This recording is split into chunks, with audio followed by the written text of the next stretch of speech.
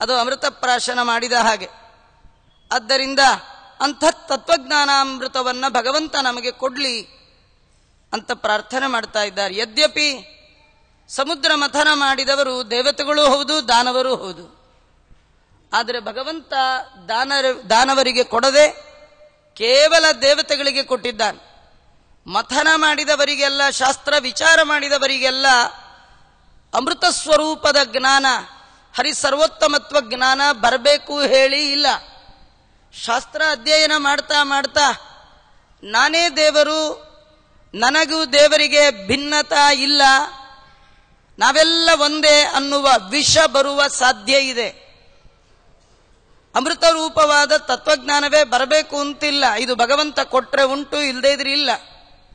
ದೇವರು ಈ ಬಗೆಯ ನಿಜವಾದ ತತ್ವಜ್ಞಾನವನ್ನು ಯಾರಿಗೆ ಕೊಡ್ತಾನೆ ಅಂದರೆ ಸ್ವೀಯಾನಾಂ, ಎಲ್ಲರಿಗೆ ಕೊಟ್ಟಿಲ್ಲ.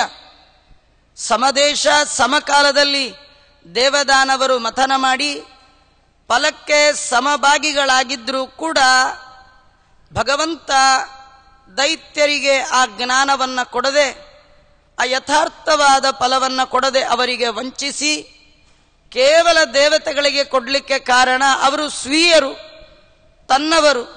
ಭಗವಂತ ದೇವತೆಗಳನ್ನು ತನ್ನವರು ಅಂತ ಯಾಕೆ ಅಂತಾನೆ ಅಂದರೆ ದೇವತೆಗಳು ಭಗವಂತನನ್ನು ತಿಳಿದ ಕ್ರಮ. ದೇವತೆಗಳು ಎಂದು ಭಗವಂತ ನಾನೇ ದೇವರು ಎಂಬುದಾಗಿ ಅವರು ತಿಳಿದಿಲ್ಲ. ನಾವೆಲ್ಲ ಭಗವಂತನ ದಾಸರು ಅಂತ ದೇವತೆಗಳ ಭಾವನೆ. ಬ್ರಹ್ಮದೇವರು ಒಂದು ಸಂದರ್ಭದಲ್ಲಿ ಭಗವಂತನಿಗೆ ಹೇಳುವ ಮಾತು, ವಯಂ ದಾಸ್ಯ ಭಾವೇನ ತಿಷ್ಠಾಮಹ, ನಾವೆಲ್ಲ ನಿನ್ನ ದಾಸರು. ಬ್ರಹ್ಮಾಂಡಂ ವರಮಂದಿರಂ ಸುರಗಣಾ ಯಸ್ಯ ಪ್ರಭೋ ಸೇವಕಾಹ. ಭಗವಂತ ನಿನಗೆ ನಾವು ದಾಸರು, ನೀನು ಮಾಡಿಸಿದ್ದು ಎಲ್ಲ ಕೆಲಸ, ನಾವು ಏನನ್ನೂ ಮಾಡಲಿಲ್ಲ.